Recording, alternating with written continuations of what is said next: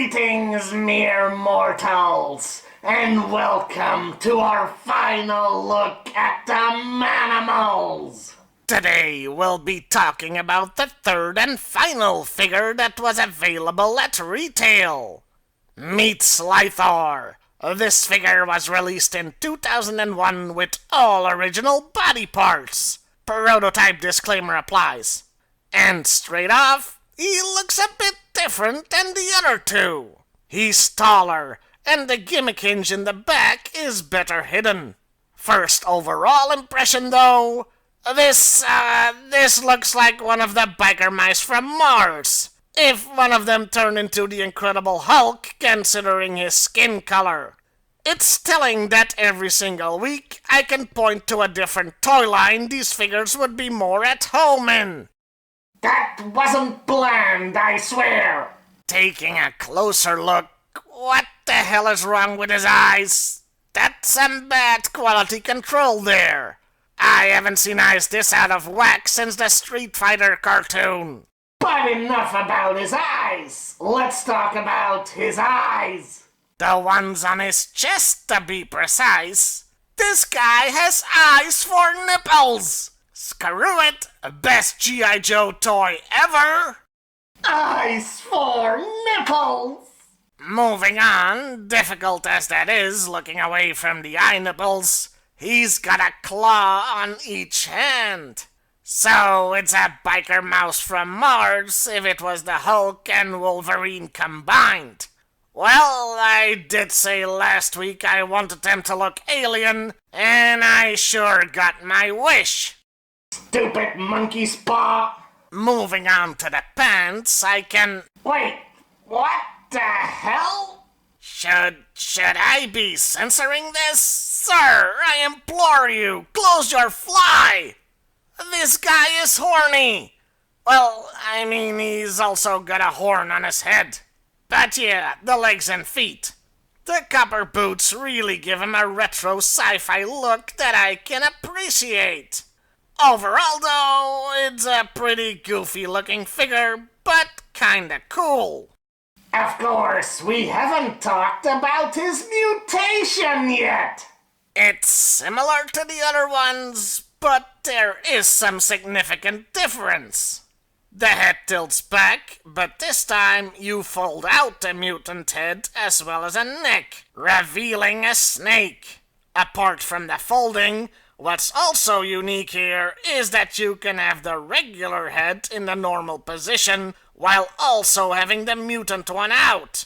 And unlike the other two Manimals, this one has detailing in the chest cavity. There are ribs and a spine there. Very nice and gruesome. There, does seem to be something missing. I mean, where's his lower jaw? Snakes, as a rule, tend to have lower jaws.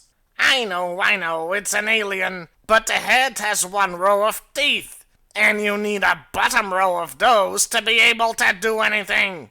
Also, since this is just the top half of a head, his tongue is coming out above his upper lip. Yeah, that red thing was a tongue. So he's got eyes for nipples and a tongue for a dick. Sort of a reverse Gene Simmons? Missing lower jaw aside, the mutation is very nicely detailed with the yellow skin underneath. As far as his accessories go, more generic space guns, and one thing I can't find. An extremely easy-to-lose visor that adds little to the toy and makes him look goofy. I don't mind missing that accessory. Overall, this figure is weird, but I kinda like it. Compared to the other two, it's the best and most unique Manimal we got. I'd rank them from best to worst as Slythor, then Iguanas, and finally Werewolf. As with the others, not counting prototypes, this was the only toy Slythor ever got. Which means it's time to talk about the character.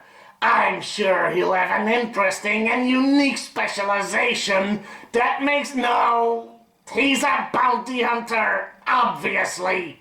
Look, there have been 6 aliens in G.I. Joe, and 5 of them have been frickin' bounty hunters. And Carcass, the only one that isn't, is called a mercenary hunter. The difference there is mostly semantics. Dear Lord, even Star Wars didn't go this overboard with them, and they worship on the altar of Fett. It's like the G.I. Joe crew at Hasbro only ever watched that one scene from The Empire Strikes Back. Bounty hunters. We don't need that scum. Yes, sir. Right on, nameless Imperial officer. Anyway, Slythor wasn't just a bounty hunter, he was also a pilot.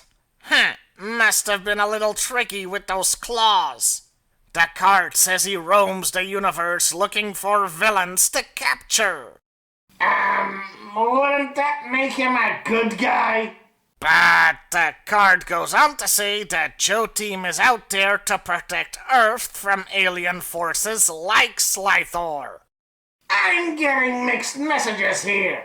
The only other information we get is that he's got the strength of 10 men, 20 in his mutated form, and that even other aliens stay away from him.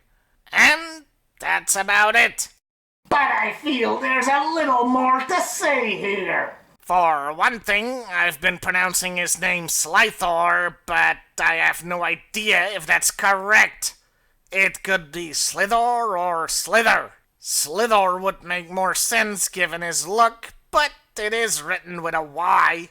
And speaking of his appearance, this guy's mutant look is why I think that at an early stage, the Manimals were meant to have been created by Cobra instead of being aliens.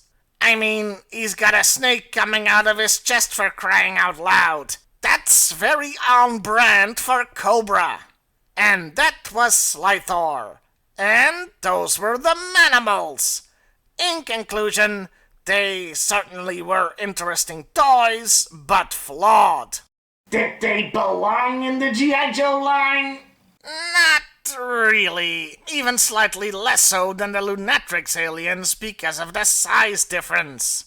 They would have fit better in other toy lines like Ninja Turtles or even Ghostbusters.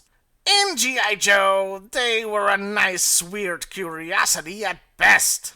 One final bit of criticizing for all of them, none of the figures resembled the card art or vice versa. That's pretty disappointing. And that's pretty much it for Monster Month, I'm afraid. Since next weekend there's a Comic-Con Timmer has to get to, and after that, it's the Halloween special. I'll see you next year, mere mortals, and it promises to be interesting. The management has decreed I have to ask you to like, share, and subscribe.